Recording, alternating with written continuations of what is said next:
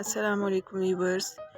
आज की वीडियो जो है वो टसल्स की वीडियो है, जिसमें दो तीन तरह के टसल्स अभी हम सीखेंगे और उसके बाद कुछ टसल्स के डिज़ाइंस हैं जिनसे हमें काफ़ी सारे आइडियाज़ भी मिलेंगे। ये देखें कितना इजी टसल है। इस तरह के टसल्स हम स्लीव्स पे या दामन पे भी बना सकते हैं। इसके अलावा दुपट्टों के बॉर्डर्स पे भी बने हुए अच्छे लगते हैं और गले में भी इस तरह के टसल्स बना के लगाए जा सकते हैं।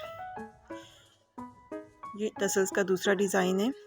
दो तीन डिज़ाइन के बाद आपको जो टसल के डिज़ाइन में दिखाऊंगी वो भी बहुत प्यारे हैं और उम्मीद है कि वो ऐसे भी बनाने आ जाएंगे ये टसल्स की डिज़ाइंस देखने के बाद।